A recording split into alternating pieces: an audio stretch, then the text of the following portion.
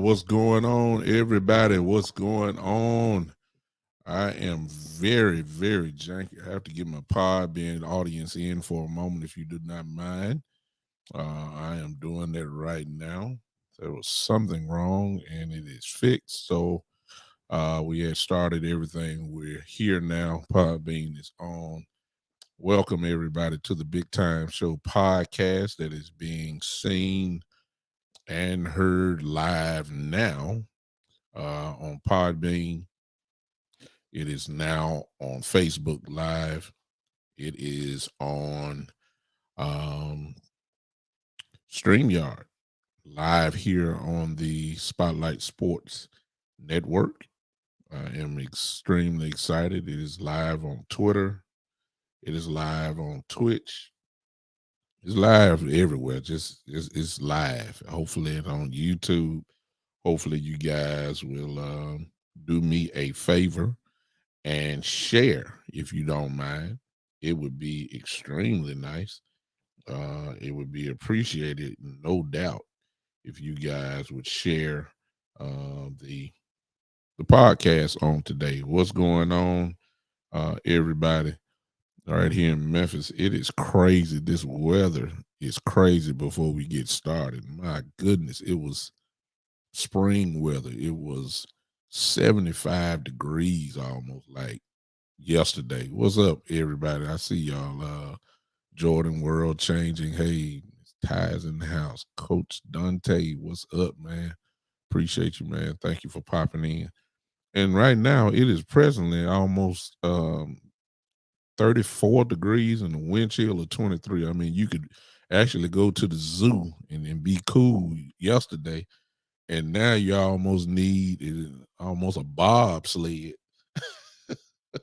It's supposed to, it's scheduled to snow for a few hours here in Memphis, but I doubt that it will.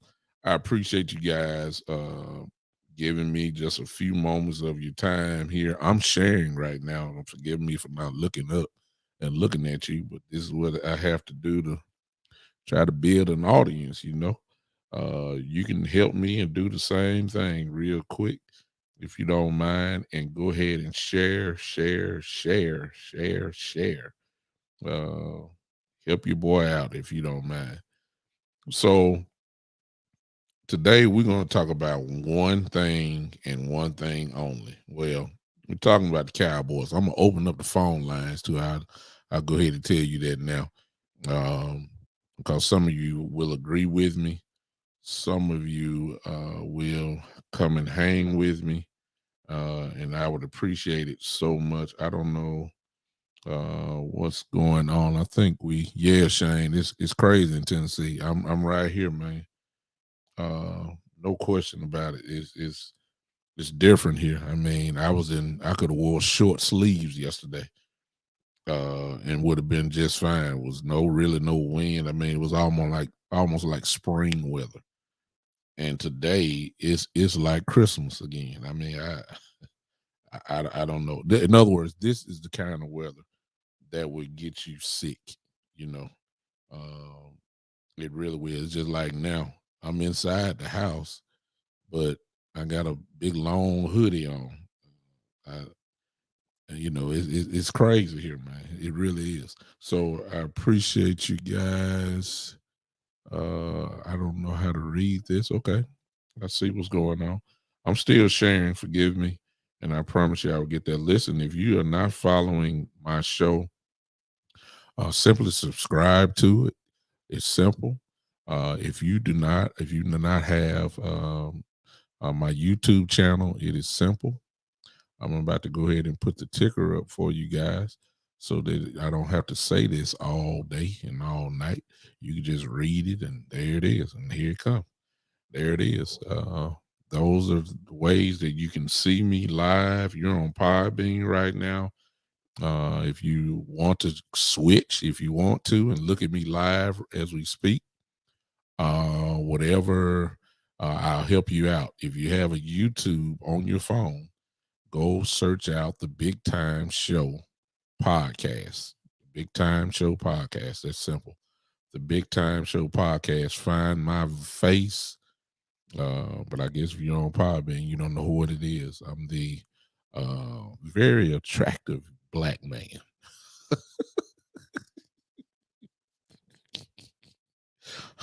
uh, it shouldn't really not be not too much there other than that for real. Go look at that and find it, and you can see me there live right now. You can. I'm there right now. If you're on Twitter, is even more simple. Go to at Big Time Lou. At Big Time Lou. It's right. It's very simple, and I'm there live as well. If you want to find me on Facebook, or other than my personal page, go to the Big Time Show. The Big Time Show. That's all you got to do. Type it in. I am there live right now. All right, that's enough sharing. I'm ready to rock. What's going on? Listen, the Dallas Cowboys. Look, it's no sense of us crying no more. Okay, I've done it. Most of you have done it. Most of you have, have complained and griped and everything else. I get it. I get it. And most of us, hey, Smoke, I see you, man. Smoke, I see you. Thank you, Miss Ty. I see all you guys on Podbean. Appreciate y'all so much. Listen, you have cried, you have done all that. Now it's time, man. Cedric Morris, you 49 fan. No, it's no, sir.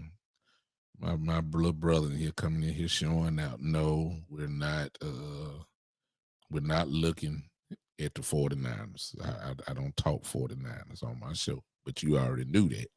But you want to come and antagonize me. I understand. I understand. Love you, boy.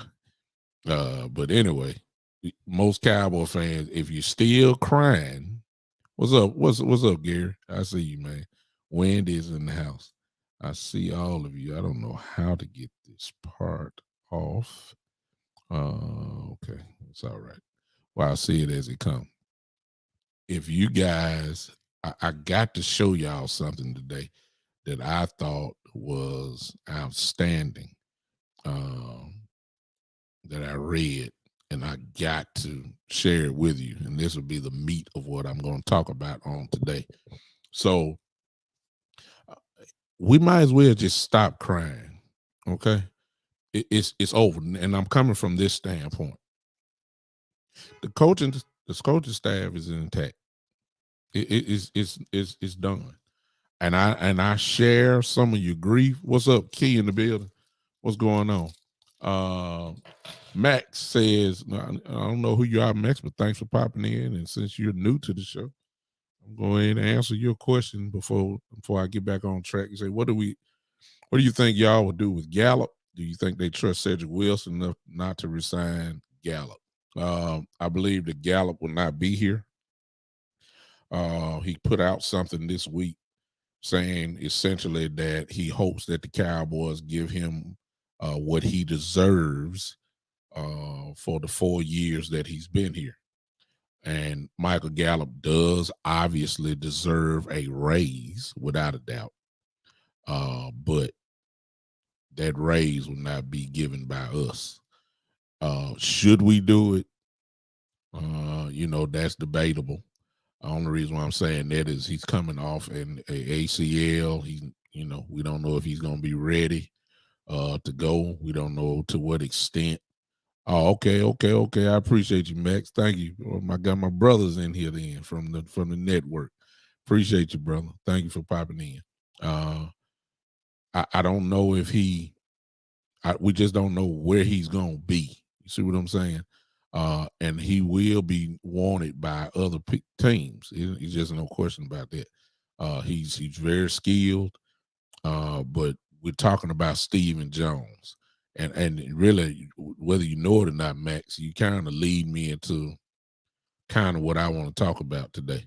It's really in the hands, really, of Stephen, and some people gonna say Jerry. It's really, really gonna be about them.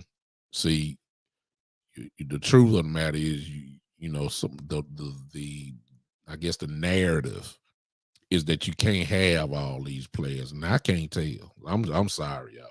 I'm seeing too many other teams keep their players. They manipulate the salary cap. We're the only team that shout loud and proud, like, "Hey, we're paying Dak $40 million, so we can't keep everybody." I can't tell. I mean, everybody else keeping everybody. So what's the issue? You see what I'm saying? So I don't know. I don't know. Dak will have something to say. He's earned the right to say, "Hey, I want Gallup," and they're gonna have to, they at least listen to his voice. I put it that way. He ain't like LeBron James. LeBron James say, "I want that coach, I want that player." They're gonna move heaven and earth. So in other words, LeBron has complete control over that organization. Dak doesn't have that kind of power. And Rodgers has that kind of power, where he can say anything to Green Bay and they're gonna get it done because they want to please him. I don't think Dak got that. Jerry ain't never gave that up to anybody, and certainly Dak Prescott will not be the type of person that can dictate his roster. No doubt about that. So I don't think he's gonna be here. That's just my personal opinion. As far as Cedric Wilson goes, I think, hey Joe, I appreciate you, brother. I think Cedric Wilson has a good shot of being signed. I certainly, if you know that you're not going to sign Gallup, you had better sign somebody, because see what we don't want to do. We don't want to start taking away the weapons that Dak has. That does not make him better. We don't have time, as I told you guys in the last show that I did. We don't have time for experiment. So for all you people who say, "Hey, let's go get in the draft. Let's go get the first round. Let's get in the draft." Well, we don't know what folks gonna do it.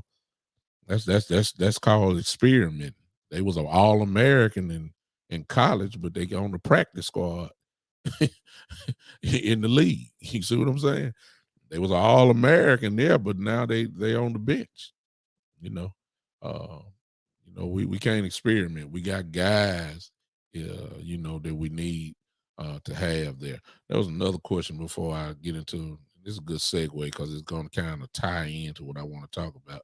Chad, I don't know if you're still here. Chad, what's going on? Chad said, "Do you see the still Cowboys signing Juju Smith-Schuster if he doesn't get re-signed by the Steelers?" No. However, I done thought about that for a while. Personally speaking, I don't want him. That's me. He's not all of that. But if the Cowboys make the stupid mistake of letting go of Cooper, see, we've already tried this receiver by committee thing before. And that's the reason why they traded in mid-season their first round pick to go get Amari Cooper. I hope they ain't forgot that. I mean, that's the reason why we traded in mid-season to go get Amari Cooper, because the receiver by committee part was horrible. We couldn't get nobody open. We couldn't get nobody moving. There was no breakaway speed nowhere.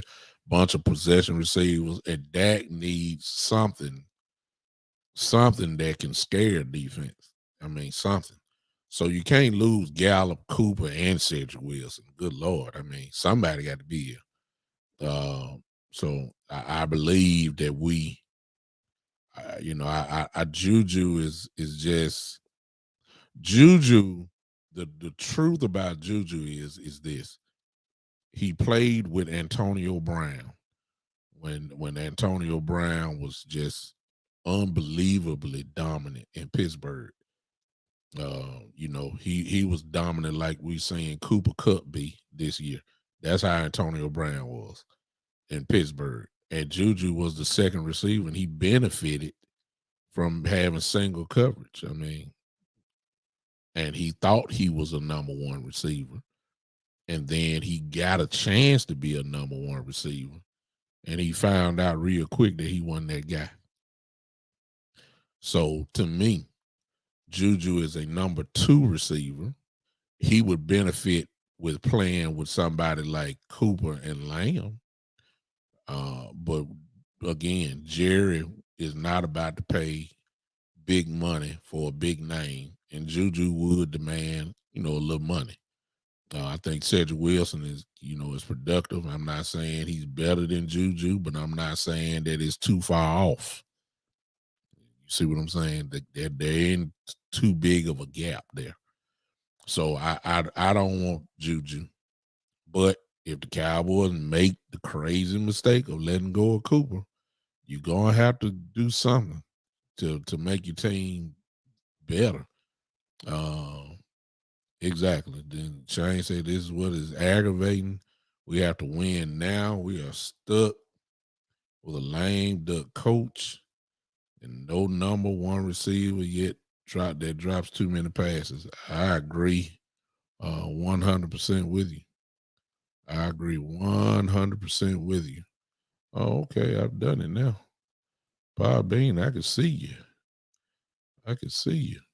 Okay. All right. Now, here's what I want to say real quick. Um this is the aggravating part. This is what the aggravating part is. That everybody knows who our coaching staff is. The book is already out on all of them. You can't hide. These guys, they are what they are. I'm happy about Dan Quinn. Let me just say that. I'm not even really gonna spend no time on Dan Quinn. I believe, personally speaking, that Dan Quinn is going to make the defense even better than what it was last year. That's what I believe. Because it'll be a second year. The guys will be able to play even faster than they did last year. They know what this defense is. They know the playbook. With the exception of the new rookies that are going to come in, they know. Okay. So they're going to get better. Then you add in the fact that Dan Quinn, who was very influential in the shaping of this defense from the free agency standpoint as well as the draft. Uh, so they kind of let him pick his players. That's what I'm kind of trying to get to. And I believe that if they let that happen again, I believe it's safe to say that Dan Quinn knows, based off the success of the defense this year, Dan Quinn knows what type of players he needs to make this thing go. And I got full confidence that he's going to do that part again this year. So I think the defense is going to, they're going to be able to roll. So I don't even want to, and that's even if we let go of now what we can't do. And let me stop myself. What we can't do is let both Tank and Randy Gregory go, because all bets are off if you lose your pass rushers, both of them. Because the rumor is cut D Law, and then the other rumor is you're not going to be able to pay Randy Gregory because Randy Gregory going to want a big payday, and he should. And most people say, well, we ain't gonna be able to do that. Now, if we don't have that, then then all bets are off. We got to keep one, at least one. Now, give me a break. Pick and choose. It make no difference to me. Just pick one. But I believe that we're gonna be fine. I'm not even worried about the defense. This offense, though, however, and this is crazy. What I'm getting ready to say is because hey, Gary said I think they might tag Gregory if they release Law. Yeah, they ain't gonna that'll be crazy if you let both of them go now. I mean, Cooper is one thing. My God, you talking about letting go of both of them, both your pass rushers. No, that's not good football sense decision making. It's not, and I just don't think they're that crazy. Joe says it's not Cooper's fault that his numbers went down. It's Kellen Moore's fault for not calling plays for him. Joe, you're absolutely 100% correct. And that is going to kind of tie in to what I'm getting ready to say, which is going to be the meat for the rest of the day, what we talk about. And then I'm going to open up the lines and let y'all see if y'all agree with me. And so get ready for that. Y'all should see the call line there. I ain't opened it up yet. Don't call me quite yet. Let me get my stuff out real quick, and then I'm going to come. I see my chill Will. I see you. You in Podbean land. You can't sneak in here, man. I see you, brother. I saw you. I see you, man. I see you. I see you slide in here. I I see you. Yeah, I saw. Yeah, I know. I saw you. I saw you sneaking in. What's going on, man? Thank you for popping in. Thank you so much. Let me tell y'all this, and you guys are hinting toward to what I'm saying, but let's look at some proof. Podbean, I apologize. You're not going to be able to see what I'm getting ready to show. Okay, so let me say it one more time. If you want to see what I'm getting ready to show, that Facebook and Twitch and Twitter and all them about seeing YouTube, you might want to come on switch now. And I'll wait on you just for a minute. Go ahead and switch now to the big time show. If you got YouTube, fine. You by now you should know what I don't know if you know what I look like or not. You should. Well, you should. Let me put this in. If y'all see this face here, that's what you click on. All right. Let's see here. There my face is. There you go. All right. Go to YouTube now. Type in the Big Time Show channel. While you're there, go ahead and subscribe to it. Go ahead and go there now so I can show you. You say you see me? Smoke. Okay, okay, okay, okay. Okay. You already that's right. It's in that co-host thing over there in that line over there. Okay, there you go. Go find it and come on live because I got to share a screen with you guys. A kind of see you can just talk it, but you gotta kind of back it up also. Um that's what I feel like doing now. Okay. Here it is. One of the things I had here's my problem.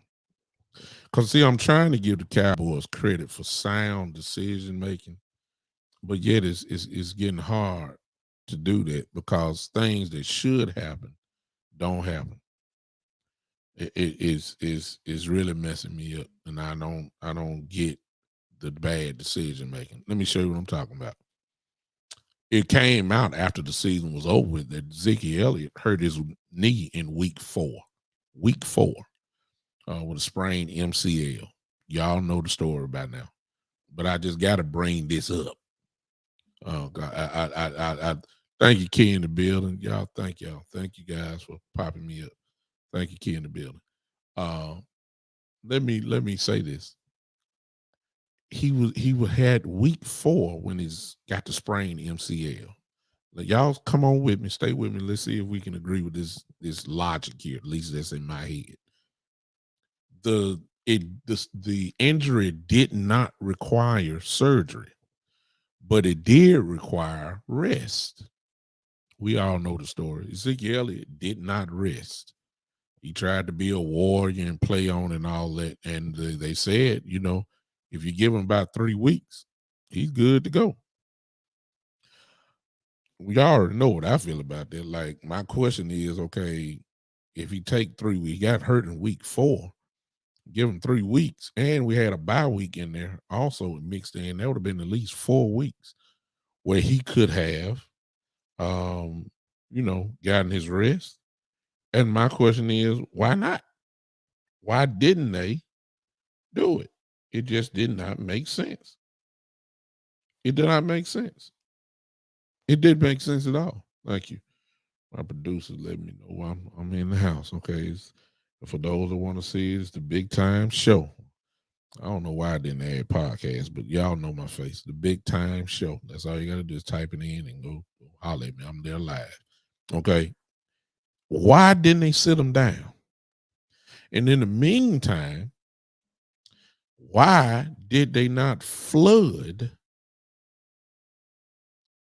the opposing defenses with a healthy dose of Tony Pollard? I'm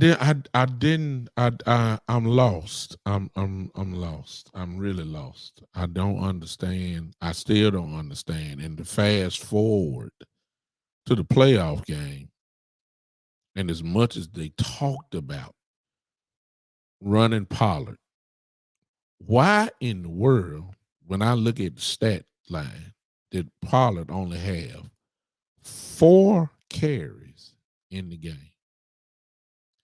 I'm stuck on that. And I'm having a hard time giving credit to management and the coaching staff, giving them or trying to give them logical football sense or credit or whatever word I'm looking for here. And I'm just not. I'm lost. I'm trying real hard because I love my team. I love the Cowboys, but I somebody ain't thinking over there. If the man look, see, y'all help me. Y'all come on, help me. Y'all please. I'm not a doctor, but common sense tells me if you have a sprained MCL, getting hit on it because of the position that Ezekiel Elliott plays, that's not the answer. Come on, help me. If you don't mind, will you help me? I mean, that's not the answer that we're looking for. Him getting cracked on his knee, they tackle him at his legs. And case in point, Ezekiel at every game will start limping to the sideline. Y'all saw it. I just don't understand why you just didn't rest him and go ahead and get his ball to Pollard, who, if you were to be honest now, notice what I'm saying. I'm not saying Tony Pollard is better than Ezekiel. I'm not saying that. However, last year, is it safe to say, in truth, that Tony Pollard definitely closed the gap on who was the best running back for last season? I believe I ain't said I didn't cross the line and say he was better than Zeke. I said the gap was closed at least for last year, based off production, based off whatever else you want to look for. Now, here's the thing that most people say, and I'm just putting it out there. He's not as thick. Hey, the star boy, the ship has landed. My partner in here, star boy. Thank you. One of the best in the game. One of the best podcasters. He's in the house. Thank you, star boy. Listen to me. If Ezekiel Elliott, I'm not saying I'm not saying Pollard is better. I'm not. Don't get me wrong. I'm not. I'm just saying that the gap closed last year on who was the most productive running back on this football team. That's all I'm saying. Now, some people gonna argue and say, well, Tony Pollard can't block. He can't block. He can't block. Zeke Elliott is a better blocker. He is. I'll be the first to say that. Zeke Elliott is. He's a better pass protection running back. No doubt about that. But I don't know really what Tony Pollard can do. You know why? He wasn't on the field. I mean, how are we gonna say what he is and what he ain't when he's nowhere to be found on the field? I'm sorry. I don't get it. I don't see it. Shane is feeling me now, so he want to go deeper, as you can see in the chat box. She said, Bishop, let's dig a little deeper. What if the doctors cleared him, and that is what the coaching staff looked at? I wonder if Zeke told the doctor he wanted to play regardless of the injury. Shane, I agree with you 100%. I believe that did happen. But this is the part where I counteract that by saying, since Jerry want to be in charge, and Steven want to do this, and Coach McCarthy, that somebody should have shut him down because he was a hindrance to the football team. Yes, he was. Ziggy Elliott was more of a hindrance to. He couldn't. The little stretch play that we ran, he couldn't get outside. And he too slow. Hey, D Mac, I'm sorry, brother. I don't know why you couldn't get it. I'm sorry. Go to the Big Time Show, D Mac, if you still here. The Big Time Show on YouTube. Just type in the Big Time Show, and you can go there live, and I'll be there. There you go. Somebody should have shut him down, Shane. Whenever every game when he ran the ball, he always started limping. Everybody saw that. He just limping. He just that okay, appreciate you, D Mac. You done switch to Facebook. Cool. Look, he was limping, y'all. He did it every game. Zeke would always end up getting hit in the leg or keep pulling at his leg. He'll go limp and try to come back, and he wasn't right. He just was not right. Yeah, I mean, Anthony Price, thank you, brother. Say you can't pay Zeke all that money to be a backup. You may have to trade Zeke. You become a backup, how you right about in essence what you're saying, Anthony, but you become a backup when you can't play. Man, the offense that we needed and the running game that we kept begging for, that we didn't need a 70% Ezekiel Elliott. No, we didn't need that. We needed him to be at least 80, 90. He never was that after week 4. Which makes me wonder why Tony Pollard was not in the game. I don't get it. I still don't get it. I've tried to figure it out. I tried my best. And I don't get it. I really don't understand why. And I sound like a broke record because some of y'all had got the same questions too. Some of y'all got the same questions. And I know you do. Yeah, I know you do. I know you do. But we're gonna find some answers today. And it's gonna make y'all sick. It's gonna make you sick. It's gonna make you sick. I'm gonna go ahead and show you now. There was an article out by Aiden Davis on, let me look it up. It's from Blogging the Boys. Of course, come from Dallas, February the 9th. So that just happened a couple days ago. There was an article that was out, and it's talking about primarily Tony Pollard and his usage. Just in case you want the title of it, the title of it is "The Problem with Tony Pollard's Usage Goes Deeper Than Attempts Alone." That's the title of it. The problem with Tony Pollard's usage goes deeper than attempts alone. All right, I'm flabbergasted after I read this. Exactly. Starboy is saying stuff that we've been saying for the last 3 years. I'm quite sure on his show, he's saying the same thing. He's been asking for an I formation with Tony Pollard and Zeke could have been on the field at the same time. That leads to another whole story, which I'm going to get into, Starboy, in just a second. I ain't going to ruin it here. But I want y'all to see this. Podbean, I'll do my best to read it for you.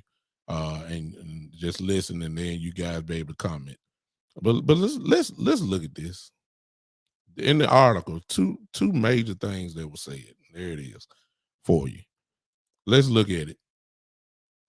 It's talking about the carries, of course, that he didn't get. But Aiden in this article went even deeper. Okay. And you guys can see that. I hope you guys can see that, but I'm going to read it anyway because I think it's that. If you can't see it, I'm sorry. I don't know what I got to do. But I'm going to read this, and hopefully you guys can figure it out. I'm skipping through a lot of the article, but this was a major point. There's one other major point in here.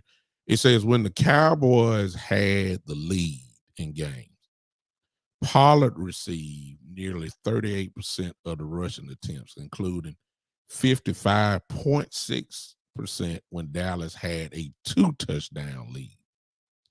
That number dropped to 23.5% when the Cowboys are tied or losing. or tied or losing, including 21.7% in a tied game. Pollard is often on the sidelines in these situations. Let's stop right there. When the Cowboys was in the league, he got the ball 55.6 carries a game. When the game was tied, and let's eliminate the beginning of the game because we all know Zeke came out. I think he does about 2 series and then they switch, stuff like that. So I'm not even counting that. But when they got tied or losing, he only got the ball 21.7% in a tied or losing game. First question. Could it be that if the Cowboys had a 2-touchdown lead, that Tony Pollard probably contributed to that? Come on, y'all. Come on, help me. I mean, if he contributed to the lead, isn't he good enough to, number one, sustain the lead and maybe to even expand the lead even more? And if he's a weapon at the beginning of a game and he's productive at the beginning of a game, why all of a sudden this attitude and this mindset comes that says all of a sudden he's not productive and he shouldn't get the ball? We're going to get the ball because we're behind to a running back that is only at least 70%. He can't run outside. He can't shake nobody. He's good for goal line because that's all he do: run in block and fall for 2 yards. That's good for goal line. Now all of a sudden you forget about him, and then when we look at the stat sheet, then you got to look like a fool getting up at a press conference, a post game press conference, saying, "Hey, somebody raising, hey, Tony Pollard only got the ball 4 times in the playoff game. Why is that?" Then you got to come up with this broken record. Oh, well, we feel like we have to get Tony Pollard in the game, and he needs to be heavy involved in the game planning, and he needs to get the ball more. We got to get him touches, running and catching, and we got to do that. He needs to be a big part of it. You're the one calling the plays. Why? Help me. If you know he's supposed to be involved, why aren't you just calling the plays to get him involved? Huh?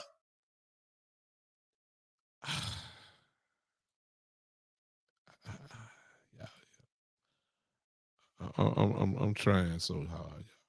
I'm trying so hard. I'm trying so hard.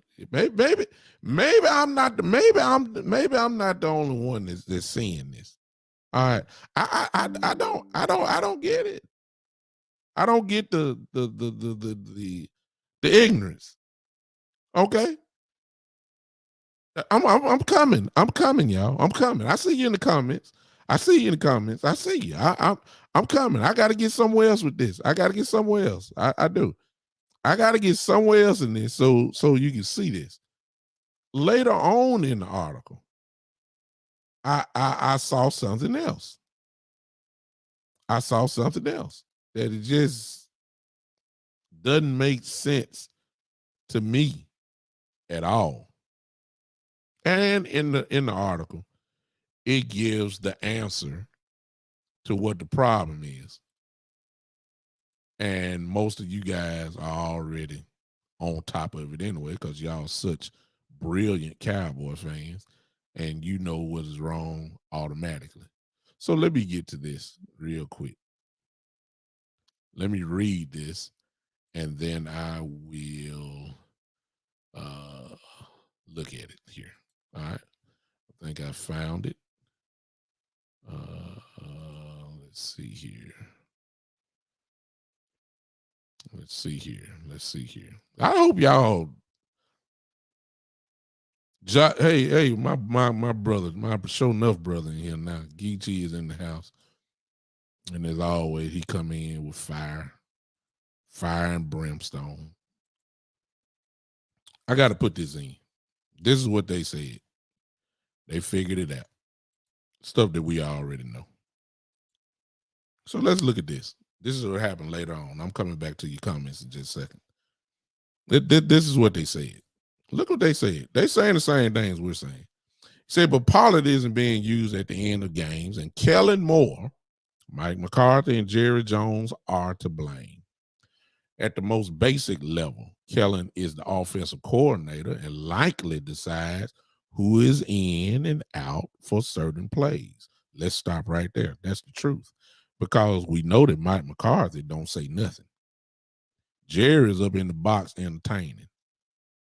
So Kellen Moore ought to know, hey, Zeke, same way he calls Tony Pollard out the game to put Zeke back in, is the same way he can take Zeke Elliott out and put Pollard back in the game. So that's on him.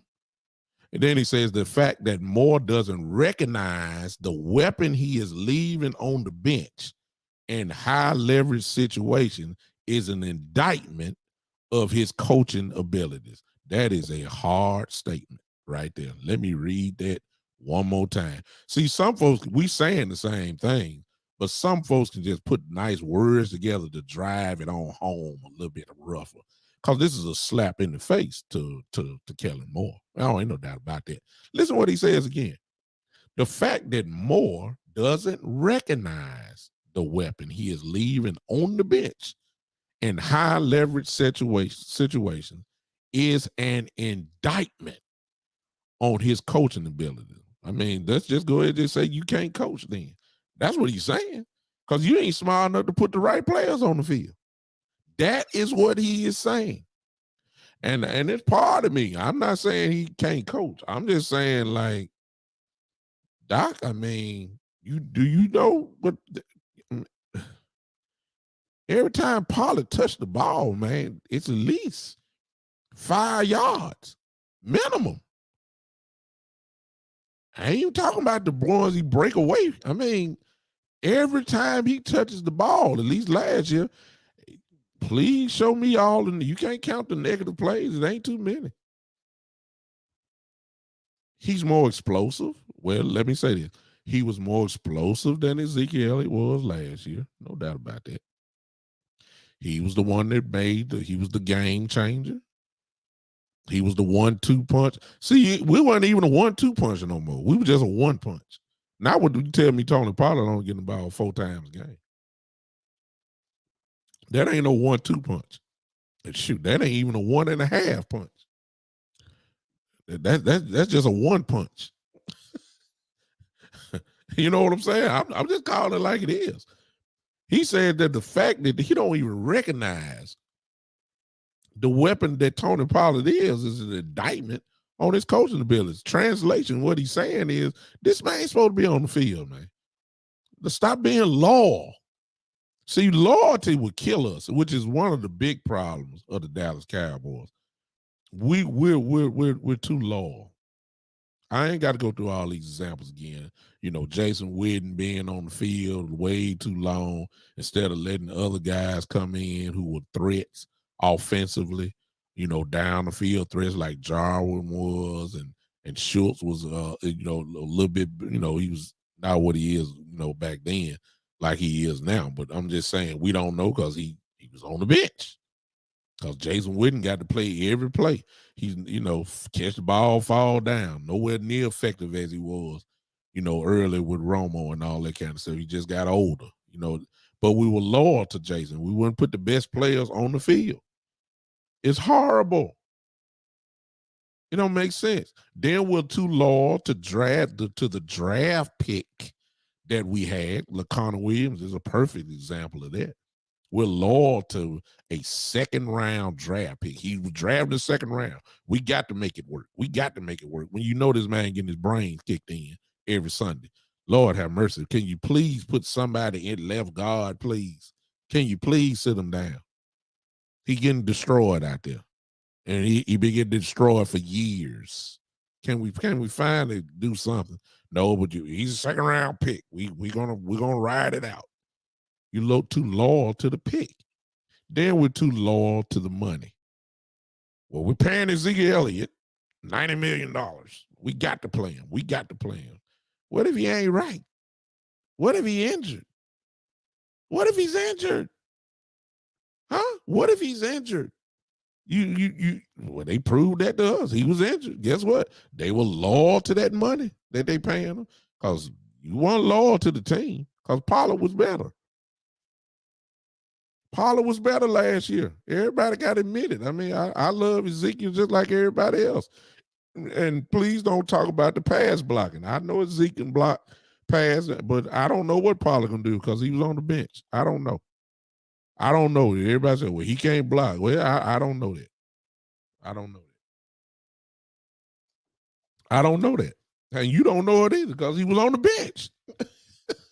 How you know what somebody can do if they don't do it? How you know? We don't know. If Pollard understood and could read a defense and know where the blitz is coming and can step in front of him, no, he's not as strong as Zeke is. I know that. I'm not saying he is. He's not as strong as Zeke. He's not as thick as Zeke. But come on now. We needed him in there. Oh, Starboy, stop. Let me get to the comments. Y'all lighten it up now. Y'all lighten it up. Y'all lighten it up. Let me go back before I get off this. Joe said Jerry's in it for the money. He doesn't care about Super Bowls anymore. He's already had 3. Why is Jerry Jones in it? I'm about to come to it, D-Mac. I'm coming. I need to read the rest of it. What if the front office dictating who's playing? They are, Geechee. That's what we just talked about. He said we should be using TP like San Francisco used Debo. I agree 100% with that. Put him in the slot, which is what he does. He said, so it may have not be Kellen Moore's fault. Maybe his hands were tied because of Jones. Y'all, okay, so y'all doing that. So let me just go on, finish up what I was reading. Okay, here it is. This is what he said again. He said after he talked about Moore, he then went to McCarthy in the article. Y'all see it. It says McCarthy isn't free of blame either. The head coach needs to understand how to put his team in a position to win. Since Pollard's lack of usage is actively hurting the Cowboys, the fact that McCarthy hasn't overruled Moore on his decision to keep Elliott in the game is incredibly disappointing. What I just say? He can't do nothing to Moore anyway. He can't tell him, no, this is what I want. No, he can't. He got free reign. Moore got free reign. But as a head coach, when you know something is not working, or you're a head coach and you know this player needs to be in the game, you should be able to say something. But he didn't. Which leads to this, because I'm gonna finish reading this part, then y'all go on. Which I think Shane and a couple of you other people kind of figured it out. And so the article says this, and this is how they closed it out. Well, they didn't close it out, but this is the part that I just want to concentrate on. It said, and then we get to the man running it all. We all know which running back was picked 4th overall. We all know which running back Jerry decided to pay top dollar for. And we all know which running back sells more jerseys. It's Pollard's lack of recognition and his misusage uncorrelated? Possibly, but it seems highly unlikely. I don't believe that either. The truth is that as fans who aren't involved with this team day in and day out, we don't know why Pollard is being ignored in critical moments. But whoever is responsible needs to recognize this massive issue, fix it, and put the Cowboys in the best position to win. But ladies and gentlemen, I've been saying this God knows how long. I thought that was y'all. Come on, help me. I thought that was the goal of the team. I thought that the goal of the team was to put the team in the best position to win. That's if you're trying to win. That's what I thought. you keeping Pollard on the bench. That's not telling me that's the best position to win. I thought we had graduated to a 1-2 punch. We know Ezekiel Elliott ain't getting the ball 25 times a game. We know that. Shoot, he ain't got that in years. We know he barely getting 15 carries, and most of them he not. Shoot, let's be truthful. We barely getting over double-digit carries a game. That's Ezekiel Elliott. That's your $90 million running back. But I ain't really worried about Zeke, because see, this is what they're gonna do. And this is why I'm trying to tell you, let's find the solution, which I'm about to get into now, since we got the same coach, since we got the same coordinator. We got to stop crying and complaining. Now, I'm part of it too. I'm gonna stop crying and complaining and go ahead and try to figure this thing out. It seems simple to me. It seems like all you got to do is, I don't know, maybe you got to run it through Jerry. I don't know. But you can't tell me, you can't keep coming to me week after week talking about, well, we got to get Tony Pollard the ball. We have to make a way. You ain't trying. So it seems like it's simple to me that you just get this man the ball, let him go to work. Starboy said it a little bit earlier. I mean, and most of the guys, Geechee is on here, Joe is on here. I don't know if Gary Bryan is still with me or not, but most of you people have already known the history of Tony Pollard, knowing that he can line up everywhere. Everybody know that. Everybody knows that he can line up everywhere on the field. Wide receiver, in the backfield, in the slot. He can line up everywhere. This is what Memphis did. I live here in Memphis. I saw him in college when he was here at the University of Memphis playing. They lined him up everywhere, kind of like what Starboy said. Use him just the same way that the 49ers used Deebo Samuel. That he was a matchup nightmare. We still begging for Kellen Moore to put Ezekiel Elliott and Tony Pollard in the same backfield on the same play. We don't even get that. We don't even get that. We still beg. You done had Pollard for 2-3 years now. You still ain't figured it out. I don't understand it. And so while he's getting ready for next season and bringing in his wide receiver coach, and I'm quite sure he's in his bag, as a lot of people say. He in his bag. Okay. Make sure that you sitting your butt down in front of, just watch, just don't be so stubborn. Don't be so stubborn and ego maniac type way. Sit down and watch Sean McVay tomorrow. Just sit down and watch him. Sit down and watch him, okay? Because see, when we're going to see tomorrow, y'all, in the Super Bowl, is a wide receiver by the name of Cooper Kupp, okay? Y'all know the stats this year. Y'all know how incredible he was, but here's my point. Everybody knew Cooper Kupp was going to get the ball. They doubled him. Sometimes they tripled him. He still got his numbers. How did he, if you got 2 men on you and you got 3 men on you sometime, how in the world you get over 100 catches, receptions of the year? You almost got 2,000 yards receiving and had double-digit touchdowns. It's called scheme. That's how it's called. It's called offensive scheme. In other words, we're going to do different formations, stack receivers on one side, double on one side. However, we're going to motion him. We're going to do whatever. Cooper Kupp couldn't be stopped. Cooper Kupp couldn't be stopped. And you're going to sit and tell me Amari Cooper can only get 3 catches a game? Really? You didn't move him around. You didn't do nothing. You just line them up on one side. Get open. I'm just telling y'all the truth. See, this is scheme. There's nowhere in the world you can tell me our defensive coordinator does not plan for Cooper Kupp.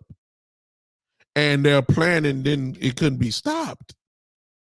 That's scheme. That's brilliance by Sean McVay. Kellen Moore, sit down, go watch Sean McVay.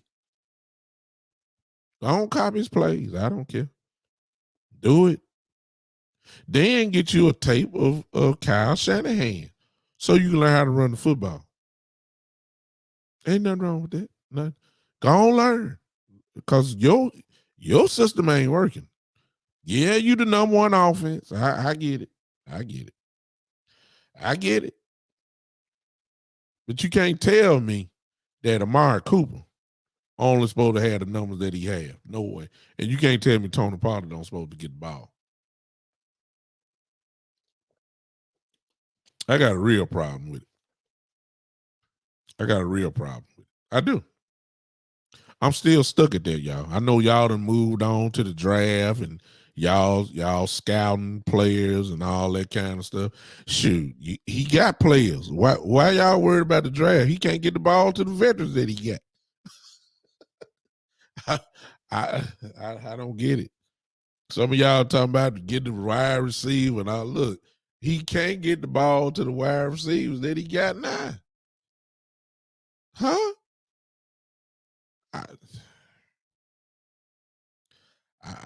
I'm sorry, y'all. I'm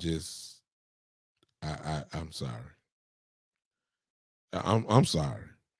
I'm sorry. I'm still stuck at Tony Pollard. I haven't gotten there yet. I'm sorry. I'm still stuck at Tony Pollard getting the ball 4 times in the playoff game after all that talk, after all that stuff saying, hey, we need to get Pollard the ball. We need to get him the ball. We need to get him the ball. We need to get him the ball. We really need to get him the ball, y'all. We need to get him the ball. We need to fill him up. I can't tell. Tony Pollard jersey didn't even get dirty. Tony Pollard jersey didn't even get dirty. It's really ridiculous, y'all. I'm serious. It's really ridiculous. All right, I done pleaded my case. Okay, I've pleaded my case. I'm opening up the phone lines. It's there on your screen running right now. If you're on Podbean, go ahead and push that button, the call in button, and I will get to you and see you on that as well. All you got to do is click that. Hey, appreciate y'all. But if you want to call in, you can call in right now. Call in that. And maybe y'all feel the same way. And, as I always say, I'm not too big. So I don't mind being challenged. And maybe you're right. Maybe you're right. I'll be glad to say it. It ain't no big eye and little U's on my show. And I ain't going to block you and all that kind of stuff. So you can come on in. Now, if you get too crazy, now I got to go on. Get you on out of here. But if not, but the phone lines are open. Maybe you see it like me. Maybe you see it like me. I don't understand it. I do understand it. I'm just hoping that it's a change, and I really don't see the change coming because it ain't changed in so many years, and that's particularly talking about the Jones family. I just don't. They're going to stay in the way. They really are. They have handcuffed the offense in their own way by not by forcing an issue that that Ezekiel Elliott should have been sitting down for at least 2 to 3 weeks. That's what it is. I really believe that. I believe that it's because of them. And I know Zeke talking about, I want to play. Somebody should have shut him down. Somebody should have shut Zeke Elliott down. Somebody should have. Somebody should have. I have no question about that. Somebody should have shut him down. And I believe that Pollard would have shined even more. I believe that. Phone line is open. You guys see the number there? There it is for you. If you're on Podbean, right now, all you can yours is very simple. All you gotta do is request to call in, and it's right there. That's all you have to do. Uh, I'm waiting on somebody. If you're here, Facebook, there it is again for you. Go ahead and just uh, call in. If not, I'll keep talking for a couple more minutes, and then I'll go ahead and get on down on y'all. How about that? Um, the solution is find a way to split the carries, which is what they were talking about at the beginning anyway. They just got off of it. I don't know why, but that's what got us to 6-1. You were splitting it. ESPN was saying this is the best 1-2 duo in the league. That's what they were saying. And then all of a sudden it turned into the Dak Prescott shotgun show, as I knew it would. Ziggy Elliott getting the ball 9-10 times a game. That was it. So if Ziggy getting it 9-10 times, you already know Pollard ain't getting it but 3 or 4. You know that. It turned right back into shotgun city. Let's make Dak Prescott the MVP of the league. Let's have him throw it 40 times a game. This is what happened. This is what happened. So I don't understand it. Maybe hopefully he watching film this year.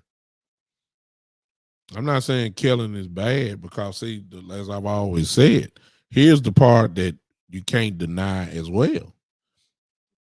He's the number one offense in the league. Huh? As bad as I talk about him, he had and has had, in the tenure that he has done been an offensive coordinator, his offenses have been top 3, with the exception of, last year, when, of course, Dak was hurt. But when Dak Prescott was under center for him and he was calling plays, you can't, the stats speak for itself. Number one offense in the league. So we got to give, the truth when we start talking about Kellen as well. He moves the ball. He does. GG brings up a good point. I'll put it up here so y'all can see it. There it is. GG said Kellen is good against sorry teams. He's horrible against good defenses and defensive coaches, just like Garrett and Linehan. That has a lot of merit. Well, that's the very reason why he don't need to watch the Super Bowl tomorrow. Well, yeah, he does. He need to watch it tomorrow. Watch the Super Bowl tomorrow. Watch how McVay just win or lose. Just watch the offensive scheme that he had. Ask yourself the question, Kellen Moore, how in the world does Cooper Kupp get all these catches when everybody doubling them? Everybody has full attention on him, and he still is killing people. You need to look at that so you can try to figure out how you're going to get Amari the ball. You need to do that. You need to look at how he uses more than one running back. You need to look at that. You need to see it. You need to see how, since Amari Cooper has a Amari Cooper has a double team that goes with him everywhere he goes. Okay. Then you also need to look at how McVay gets Van Jefferson and how he gets Odell Beckham, who's primarily pretty much one-on-one, and how they've been killing people too. Because you do have CeeDee Lamb. You had Gallup. Gallup got hurt. You had Cedric, who was productive. Cedric Wilson was productive.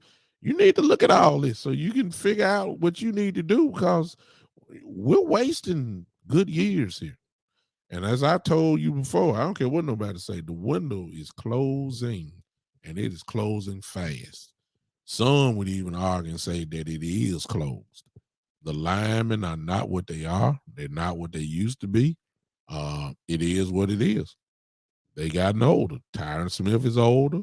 Zach Martin is getting a little older now. Uh, you know, Lyle Collins can't stay healthy at all. Tyron Smith, as we know, he can't stay healthy. I mean, we in some areas we almost at rebuild stage on this team. In some areas on our team, we're knocking at the door of rebuild. In some areas, we're not knocking at the door at receiver position. We're not rebuilding there. We're good. Next few years, we're real good there. We're at the doorstep of rebuilding on the offensive line. No doubt about that. See what I'm saying? We're at the stage, and so you're wasting years by not utilizing these guys properly. You just are, and I'm sick of it because I keep sounding like a broken record every year around this time. I'm about to watch the other two teams, play tomorrow. And the Cowboys. Do you realize this, y'all? I just started laughing, and then, me, I could care less about a default Pro Bowl selection. In other words, if you weren't voted in off the top, the only reason why you're a Pro Bowl is because people say they ain't gonna go play. But at the same time, if Dak Prescott would have accepted the nod, do you realize the Dallas Cowboys would have had 7 people that would have been a Pro Bowl selection? I mean, give me a break. See, when you got 7 Pro Bowlers on your team, you're supposed to win. Hello.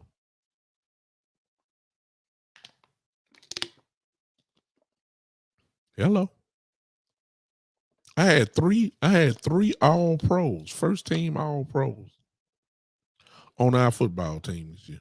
I had 3. Zach Martin, Michael Parsons, Trayvon, Mr. Lord have mercy Diggs himself. 3. Ladies and gentlemen, that you don't get a lot of look, you can go back to the great defenses and all that. Teams don't have 3, 4 all pros on the team. See, when you got that on your team, you gotta win. Huh? You have to win. You know, the NFCs that ain't good enough now. That's not good enough now. Now when you got the roster we got, no. Mm-mm. No, you gotta give me something. You gotta give me something. Geechee say coaching and ownership is what fails us. Which means then, as you guys have heard me say so many times before, and it's perfect because Geechee have said it. We are truly in a position where the talent level has to override the office management decisions and the coaching decisions or bad coaching decisions. We just gotta hope that the talent level of CeeDee Lamb catch a 5-yard slant on a 3rd and 12 and hope that he just break away and break it to the house. That's when the talent overrides the play call or bad play call. We gotta hope that Michael Parsons, his incredible talent, erases some bad tackling or something. The talent level has to take over because now Quinn is good. Quinn is good. I ain't worried about him. It is what it is. Joe said if D Law didn't miss all his games, he would be an all pro too. He might have made a Pro Bowl, but his days of making all pro Joe, that ain't gonna he's not that anymore. He's not. Geechee says that the ownership won't spend money to get talent here. Exactly. That's because we love crackerjack free agents. We just did good last year. Sunshine on a dog tail every now and then. So we got lucky last year with Curse and KZ and Neil. We played pretty decently. Other than that, he believes in this you know popcorn overall popcorn Redenbacher popcorn free agent. You know, first team Volvo All American team. That's where you get your free agents from.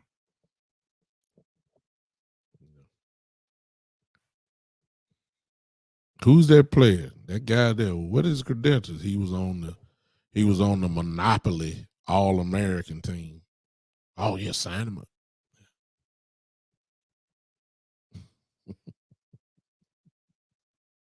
You gotta laugh and keep him crying, y'all. I mean, I'm serious.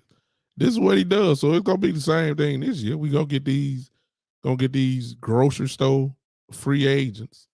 We gonna get that again and hope that he, roll the dice and get lucky.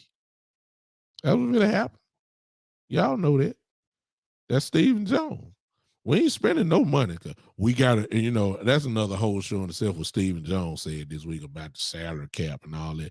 Man, folks can know how to manipulate. Maybe Stephen needs to go to class with the Rams and Kansas City, because I swear they keep adding folks. I'm talking about top-notch folks. And they come in, they ain't playing for cheap. And some kind of way they good. They own the team. Baby Steven need to go sit down and learn something, because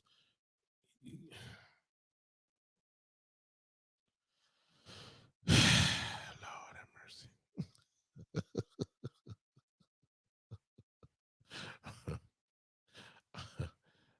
maybe they need to, maybe he need to, I don't know, man. I don't get it. At least spend it on one. I need impact guys. Give me one guy on defense who gonna immediately give me impact. Go give me a defensive tackle, a dog, one. You ain't got to spend all your free agent money there. Go get me a left guard. Go spend the money on one or two players. You ain't got to do like the Rams and buy up everybody. Go get Odell. Go get Von Miller. Go get that person. Go get or the Buccaneers the year before. Go get Antonio Brown and Gronk, and go get Brady and go get. You ain't got to get 5 or 6 guys. Just give me one, because you're close. Give me a defense. Look, we've been begging for a defensive tackle and a safety for the last 8 to 9 years. Good Lord, haven't we figured it out yet? I'm just saying, y'all. I mean, I don't get it. I don't get it. I don't get it. I'm trying to find the solutions. I mean, I'm trying to help Kellen, because he's our offensive coordinator. Ain't no sense of crying no more. He is.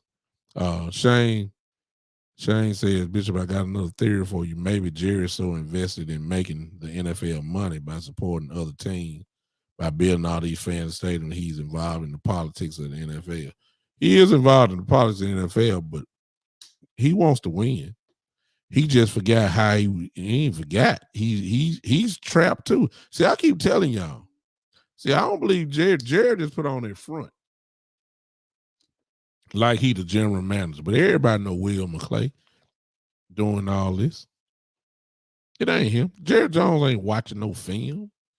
Jared Jones ain't studying, breaking down no players. He's going strictly out the recommendation of the scouting department and Will McClay. Steven may know a little bit, but this is Will McClay. He just ain't got the title. But Jared wants that credit. Jared wants to win, but he forgot what he did in the 90s. The 49ers was on fire in the late 80s and the early 90s. And the Cowboys was a very young team. They had real good players in Troy and Michael and Emmett making their first Pro Bowls and all that, but they weren't ready to go over the top.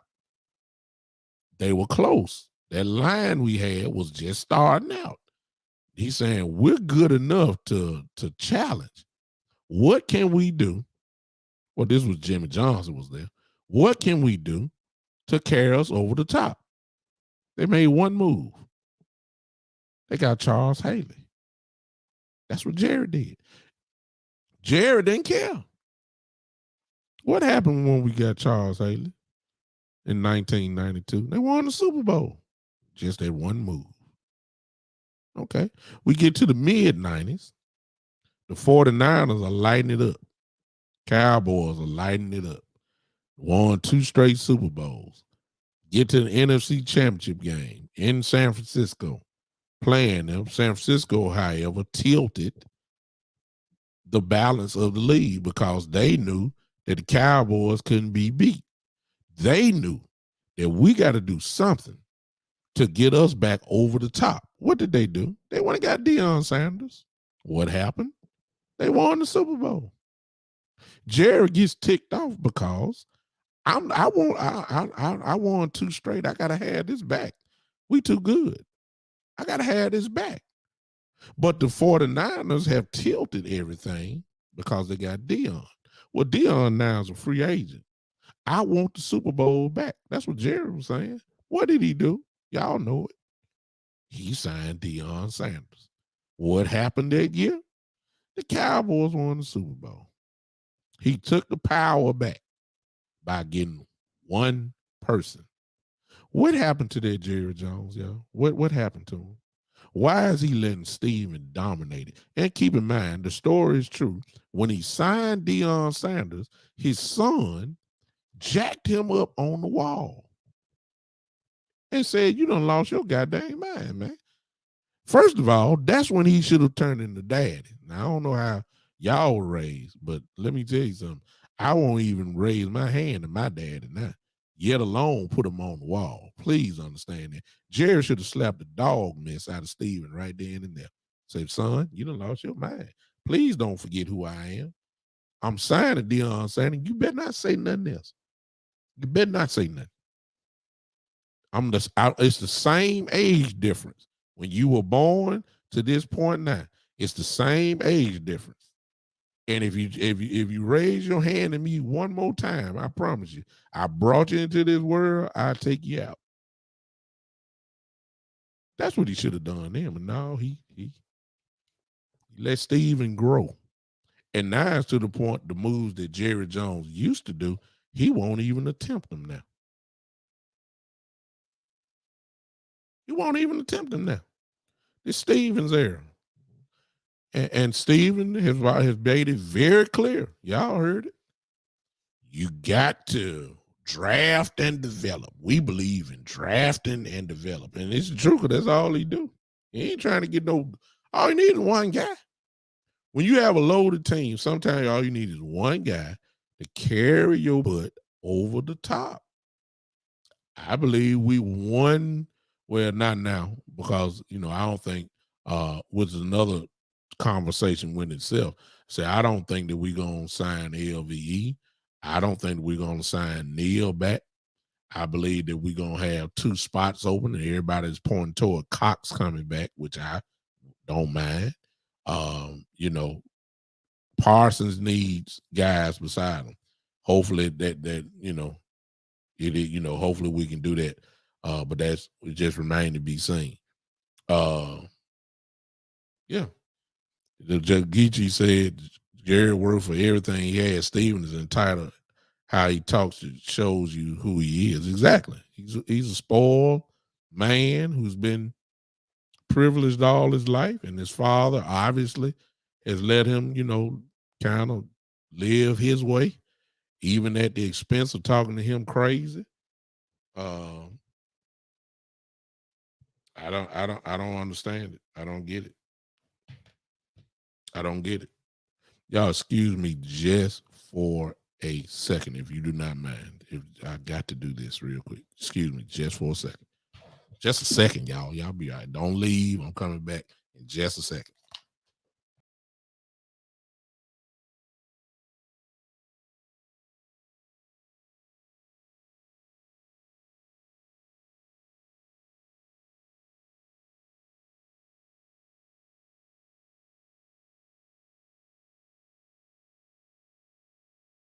I'm back. There it is.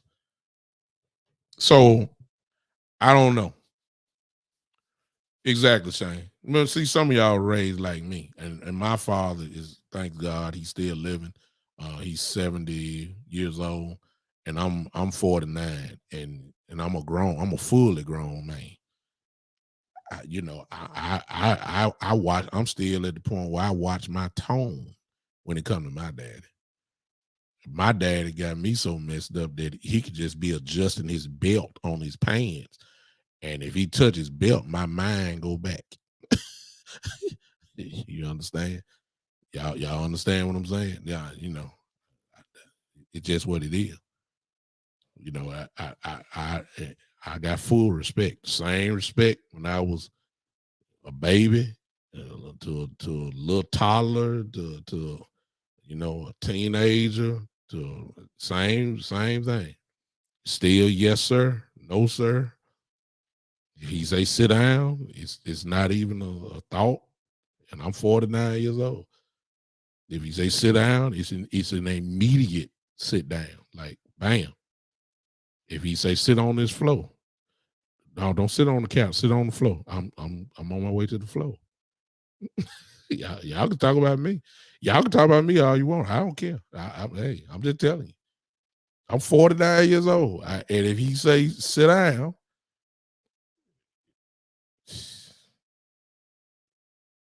I'm sitting down. It's called respect. And I don't understand why Jerry didn't slap him in his face right then when he jacked him up on the wall. That's me. Okay, so everybody ain't raised the same way, but Jared has lost that part. He tried it one time, y'all, and Steven didn't like that, and I guess it justified. Y'all remember when we signed Greg Hardy? Y'all remember that? That's a Jerry type move. Of course, it didn't work out, and I know Steven was like, "Didn't I tell you, man? Stop this mess." Now, of course, Greg was cheap, but Steven didn't even want him on the team. Jason Garrett didn't even want him on the team. See, Jerry used to do stuff that nobody, Parcells didn't like T.O. But Jerry did. See, that's T.O. was a Jerry Jones move. He definitely wanted a Parcells move. Parcells didn't like him so much. You remember what he used to call him? The player. Wouldn't even call him by his name. You know he didn't want him on the team. But that was a Jerry type move. You see what I'm saying? Jerry don't make those moves anymore. We just got to get lucky and draft those type guys. And hopefully they turn into something like Micah Parsons.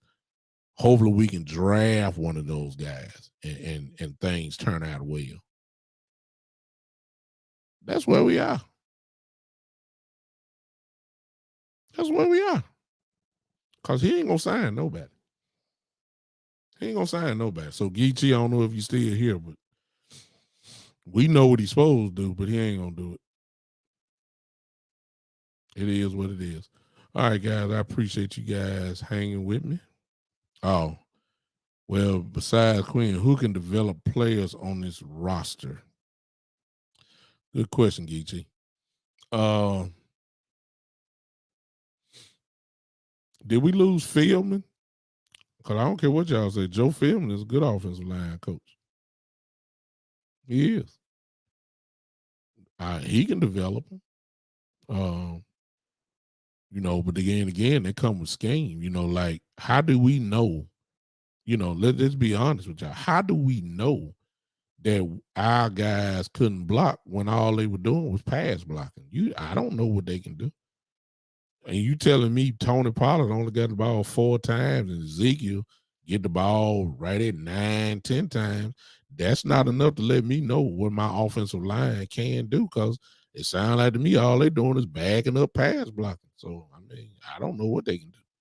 They ain't had the chance to lay on nobody and push them out the way and keep laying on them. So when the fourth quarter comes, maybe those guys are tired. But instead, we're tired because all we're doing is taking the aggression of the defensive line and linebackers blitz. I don't know what my offensive line can do. Because we start running. All we want to do is give Dak 40 to 45 pass attempts a game. You can't find out if your line is physical when all they doing is bagging up, pass blocking. You can't do it. I don't know what they can do. Now, film and I think can develop guys. And you said he got caught up in politics, Geechee, and you're absolutely right. Because I'm quite sure he wanted to run the ball. All right. The next guy that offensively, who I think has a chance to do it is the new coach, the wide receiver coach that he loves. I think he can too. But again, you can train them all you want. If the scheme ain't right, you ain't, man, come on. If the play calling is not right, then we look like what we look like at the end. You know, that's it. McCarthy, as crazy as it may sound, Geechee, McCarthy can do it. McCarthy can do it. But he's caught up in the politics too because he can't really influence nothing. He can't. And see, I don't care what y'all say. I don't care what y'all say. I don't care what y'all say. Mike McCarthy won a Super Bowl. He did. And some of y'all say, well, he had Aaron Rodgers. Well, guess what? Everybody else had Aaron Rodgers too, and they ain't won. Aaron Rodgers only won with one coach and his play calling and his system. And that coach was Mike McCarthy. So if I got a coach who was an offensive play caller and a head coach who at the end of the year raised the trophy up, that tells me at least he know what he doing. That's now exactly. So I'm just saying, all the MVPs and Aaron Rodgers just got another one. That's make 4 for him for the year, but he only won the entire thing with one coach. Yeah, he had a lot of wins and threw for a lot of yards and had many touchdowns and, won MVP awards and Pro Bowl selections and first team All Pros. But when it came to the ultimate goal, all the home field advantages that he had that he could pull it off, he only did it with one coach. Mike McCarthy. So I think that he can develop people too, Geechee. It's obvious he can. It just, again, you're not using the strengths of even the coaching staff. I've been done said it. Mike McCarthy's greatest attribute to a football team is his play calling. That's what he's known for. If you take that away from him, what is he? He looked like Jason Garrett 2.0 to me. He just standing there. He can't influence. You know he ain't saying nothing to Dan Quinn. You see what I'm saying? You know that. He ain't saying nothing to Bones. Bones got the special teams rolling. Huh? He got the special teams rolling. So he ain't saying nothing to Bones. The only thing that he said, the only thing Mike McCarthy do is this. We're going for it on 4th down. But he let Kellen Moore call the play. Or he might tell Bones, hey, let's go after him on this one. Let's try to block the punt here. Let's try to block the punt. Let's try to block it. That's his only contribution. His biggest contribution is play calling. He ain't doing that. I'm almost questioning, we'll never know this.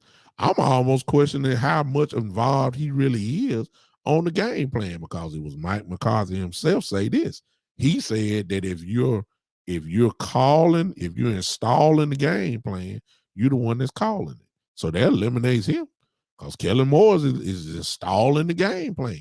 So I'm still at, what is he doing? The coach McCarthy, I'm saying. What is he doing? What is his worth? Talking about he'll see. He just did this for the first couple times, first 2 years. You know, I mean, I don't know. So I believe McCarthy can develop it, and y'all know what I feel about it. I had said before the season was over with. I said that as far as Shane, I think Shane said he's a lame duck coach. I believe that too. But if he's a lame duck coach, and this is going to be his final year, which is probably going to look like because the cloud of Sean Payton will be over Dallas this whole next season. Ain't no doubt about that. If this is going to be his last year, at least let him go out swinging his way, which is the reason why I wish Kellen Moore would have been gone. Because if he would have been gone, Mike McCarthy would have took over the offense. And I believe Mike McCarthy would have done a hell of a better job than Kellen Moore. I believe that. But he gonna go out at the expense of Kellen Moore calling plays.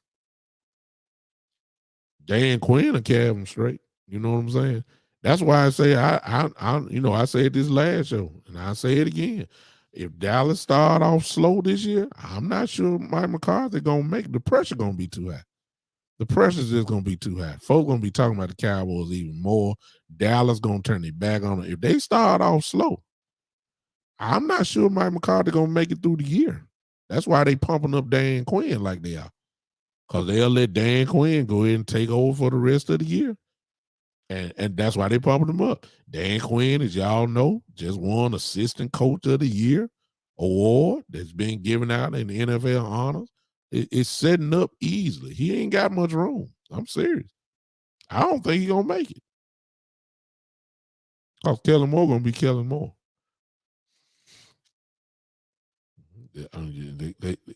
Every loss will be magnified. Every loss, especially if you had the same situations that we had last year with the clock management and stuff like that, it'll get you fired next year. That'll get you fired because they're gonna have him there. They're gonna have Quinn there, and you're gonna have Sean Payton with his cloud hanging over Dallas. He's gonna have that cloud there just hanging there because everybody know. They can talk crazy all they want. Everybody know they're gonna want Sean Payton. I believe Jerry want him anyway. All right. Hey, I appreciate you guys hanging with me. Thank you guys for hanging. Thank you guys for hanging. Yeah, Geechee is right. Geechee said his problem is they won't give the coach full control. Yeah. That ain't just started now, Geechee. That's been in existence for a long time. That stopped. The full control stopped when Jimmy Johnson left. That's when that stopped. So everybody since then have had this same issue. Everybody. And that even include Parcells. That's why Parcells left. You know, that's why he left. Everybody else have been good. Yes, sir, guys. Yes, sir. Yes, sir. Yes, sir. Yes, sir. Yes, sir. Jerry say jump. Yes, sir, Mr. Jones. Yes, sir. Jerry say go to the go to the press conference and say this. Yes, sir. Yes, sir. Yes. That's what happened. Huh? Y'all know the truth. Gidgy said all these that was in the playoffs, coaches had full control in the GM to work with. That ain't our structure though. We're in a position, again, I'll close. We really are in a position where the talent level has to override all this stuff that these guys in the chat box are talking about. I'm serious. The talent level, and thank God for Will McClay, because the talent level is there. We have to find a way to make things happen in spite of the coaching and the management. That's where we are. And we got it. We got that type of talent where it can cover up the mistakes. but they getting older. The window is closing, y'all. I hope Kellen Moore is sitting in front of a TV now. I hope he figuring it out. I know he get a little vacation with his family, and I get that, but good Lord, he got it. He got it. He can't come out there with the same offense. You got to change things up. You got to get physical and stop being so finesse. We're not physical enough. It is what it is. All right. I appreciate you guys hanging with me. Thank you. Thank you. Thank you. Thank you. Thank you. Thank you so much. I appreciate it. Y'all join me on Monday. I'll be back on Monday at 7 o'clock here at the the Spotlight Sports Network. I will be right here again with you guys. Thank you for everybody that tuned in. Listen, if you have not followed me on YouTube, that's what we're trying to do on the Spotlight Network, Spotlight Sports Network. Go to my show, which is the Big Time Show, and simply subscribe and follow on my YouTube channel. It would be appreciated. As you can see there in the ticker there that's flowing, if you want to follow me, these are all the ways that you can follow me. If you want to become a patron of the show on Podbean, all you do is click that red reward bag, make a decision for monthly subscription to the show. It would be greatly appreciated. If you're on Facebook, Twitch, Twitter, YouTube, again, you need to go to the Big Time Show 3 .supercast.tech. There it is on the screen for you. The Big Time Show 3.supercast.tech. That's all you have to do. Make a decision, and you can follow me, become a patron of this show. I would appreciate it so much. There's all the information again where you can follow me. And I appreciate it so much. Thank you. I'm out of here, y'all. I'm out of here. As soon as I find my goodbye music, I shouldn't have to tell y'all what to do, but y'all go ahead and do it. We leave out of here partying. That's the way I do it. Put your hands together. Come on, let me see some clap emojis if you know how to do that. If you're on Podbean, go ahead and let me see the clap emoji, because that's what we're gonna do. Because we out of here. We did it again. Another show, another time, and I'll see you on Monday. This is the Big Time Show.